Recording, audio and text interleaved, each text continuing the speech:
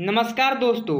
आज की इस वीडियो के माध्यम से हम सभी सीखेंगे कि क्लास 12 का हिंदी गद्यखंड के अध्याय 3 संपूर्ण क्रांति। इस अध्याय में जितने भी ऑब्जेक्टिव क्वेश्चन है उन सभी को बारीकी से समझाया जाएगा इस वीडियो में। तो चलिए दोस्तों वीडियो को शुरू करते हैं। इस वीडियो में आप सभी को इस अध्याय का केवल प्रश्न और उसका सही उत्तर ही दिया गया है, बल्कि ऑप्शन नहीं दिया गया है। ऑप्शन देने पर वीडियो काफी लंबा हो जाएगा, इसलिए तो सबसे पहला प्रश्न यह है कि संपूर्ण क्रांति क्या है। तो यह एक भाषण है। फिर अगला प्रश्न यह है कि संपूर्ण क्रांति के लेखक कौन है। तो संपूर्ण क्रांति के लेखक लोक नारायण जयप्रकाश नारायण है। फिर अगला प्रश्न यह है कि जयप्रकाश नारायण द्वारा लिखित भाषण कौन है। तो जयप्रकाश नारायण द्वारा लिखित भाषण संपूर्ण क्रांति है। फिर अगला प्रश्न यह है कि जयप्रकाश नारायण का उपनाम क्या है। तो जयप्रकाश नारायण का उपनाम लोकनायक है। फिर अगला प्रश्न यह है कि संपूर्ण क्रांति का नारा किसने दिया था। तो संपूर्ण क्रांति का नारा जयप्रकाश नारायण ने दिया था। फिर अगला प्रश्न यह है कि जयप्रकाश नारायण का जन्म कब हुआ था। तो जयप्रकाश नारायण का जन्म 11 अक्टूबर 1902 ईस्वी में हुआ था। फिर अगला प्रश्न यह है कि जयप्रकाश नारायण का निर्धन कब हुआ था। तो जयप्रकाश नारायण का निर्धन 8 अक्टूबर 1979 ईस्वी में हुआ था। फिर अगला प्रश्न यह है कि जयप्रकाश नारायण का निर्धन कहाँ हुआ था। तो जयप्रकाश नारायण का निर्धन पटना में हुआ था। फिर अगला प्रश्न यह है कि जयप्रकाश नारायण का जन्म स्थान कहाँ है। तो जयप्रकाश नारायण का जन्म स्थान सिताब दियारा गांव में है। फिर अगला प्रश्न यह है कि सिताब दियारा गांव कहाँ कहाँ फैला है। तो सिताब दियारा गांव उत्तर प्रदेश के बलिया और बिहार के सारण जिले में फैले हुआ है। फिर अगला प्रश्न यह है कि जयप्रकाश नारायण को बचपन में कौन कौन नाम से पुकारा जाता था। तो जयप्रकाश नारायण को बचपन में बाउल और जेपी के नाम से बुलाया जाता था। फिर अगला प्रश्न यह है कि इनमें से कौन लोकनायक के रूप में प्रसिद्ध हैं। तो जयप्रकाश नारायण। फिर अगला प्रश्न यह है कि जयप्रकाश नारायण के माता का नाम क्या है। तो जयप्रकाश नारायण के माता का नाम फूलरानी देवी है। फिर अगला प्रश्न यह है कि जयप्रकाश नारायण के पिता का नाम क्या है। तो जयप्रकाश नारायण के पिता का नाम हर्षु दयाल है। फिर अगला प्रश्न यह है कि जयप्रकाश नारायण के पत्नी का नाम क्या है। तो जयप्रकाश नारायण के पत्नी का नाम प्रभावती देवी है। फिर अगला प्रश्न यह है कि प्रभावती देवी के पिता का नाम क्या है। तो प्रभावती देवी के पिता का नाम वज्रकिशोर प्रसाद है। फिर अगला प्रश्न यह है कि जयप्रकाश नारायण को सर्वोच्च पुरस्कार किसके लिए प्राप्त हुआ। तो जयप्रकाश नारायण को सर्वोच्च पुरस्कार उनके लेख के लिए प्रसिद्ध प्राप्त हुआ। फिर अगला प्रश्न यह है कि जयप्रकाश नारायण ने शिक्षा प्राप्ति के लिए अमेरिका कब गए।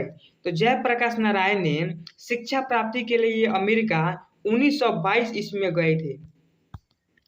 फिर अगला प्रश्न यह है कि जयप्रकाश नारायण ने अमेरिका में किस विश्वविद्यालय में पढ़े थे। तो जयप्रकाश नारायण ने अमेरिका में कैलिफोर्निया और बर्कले इत्यादि विषयों में पढ़े थे। फिर अगला प्रश्न यह है कि जयप्रकाश नारायण ने अमेरिका में किस के प्रति शिक्षा ग्रहण किए थे। तो जयप्रकाश नारायण ने अमेरिका में मार्क्सवाद और समाजवाद के प्रति शिक्षा ग्रहण किए थे। फिर अगला प्रश्न यह है कि जयप्रकाश नारायण ने कांग्रेस में शामिल कब हुए थे। तो जयप्रकाश नारायण ने कांग्रेस में शामिल 1929 ईस्वी में हुए थे।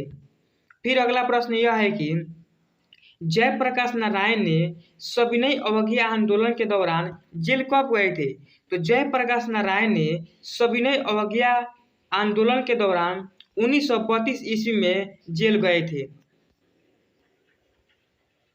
फिर अगला प्रश्न यह है कि कांग्रेस सोशलिस्ट पार्टी के गठन में किसने महत्वपूर्ण भूमिका निभाई थे? तो कांग्रेस सोशलिस्ट पार्टी के गठन में जयप्रकाश नारायण ने महत्वपूर्ण भूमिका निभाए थे। फिर अगला प्रश्न यह है कि छात्र आंदोलन का नेतृत्व किसने किया? तो छात्र आंदोलन का नेतृत्व जयप्रकाश नारायण ने किया था। फिर अगला प्रश्न यह है कि जयप्रकाश नारायण ने छात्र आंदोलन का नेतृत्व कब किया?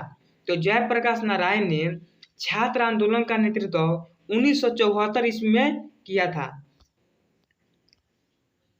फिर अगला प्रश्न यह है कि जयप्रकाश नारायण को समाज सेवा के लिए मैग्सेसे सम्मान कब मिला था?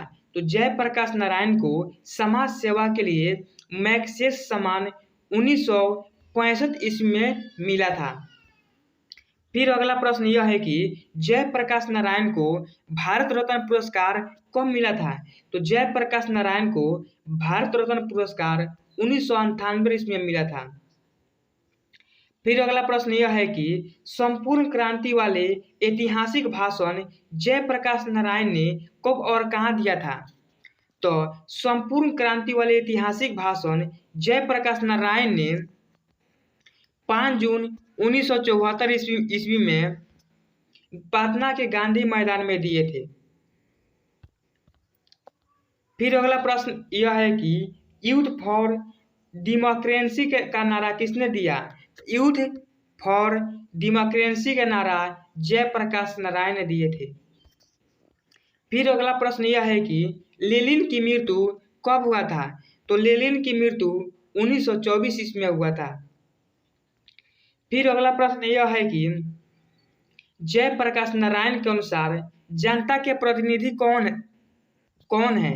तो जयप्रकाश नारायण के अनुसार जनता के प्रति नेता हैं। फिर अगला प्रश्न यह है कि जयप्रकाश नारायण नहीं होते तो बिहार जल गया होता, यह कथन किसका है? तो जयप्रकाश नारायण नहीं होते तो बिहार जल गया होता, यह कथन दीक्षित जी का है। फिर अगला प्रश्न यह है कि स्कॉलरशिप का अर्थ क्या है? तो स्कॉलरशिप का अर्थ छात्रवृत्ति है। फिर अगला प्रश्न यह है कि अंकुश का अर्थ क्या है? तो अंकुश का अर्थ नियंत्रण है। इस अध्याय में जितने भी ऑब्जेक्टिव क्वेश्चन है तो उन सभी को बारीकी से समझा दिया गया है। अगर आपको यह वीडियो अच्छा लगा हो तो कमेंट बॉक्स में जरूर बताइएगा।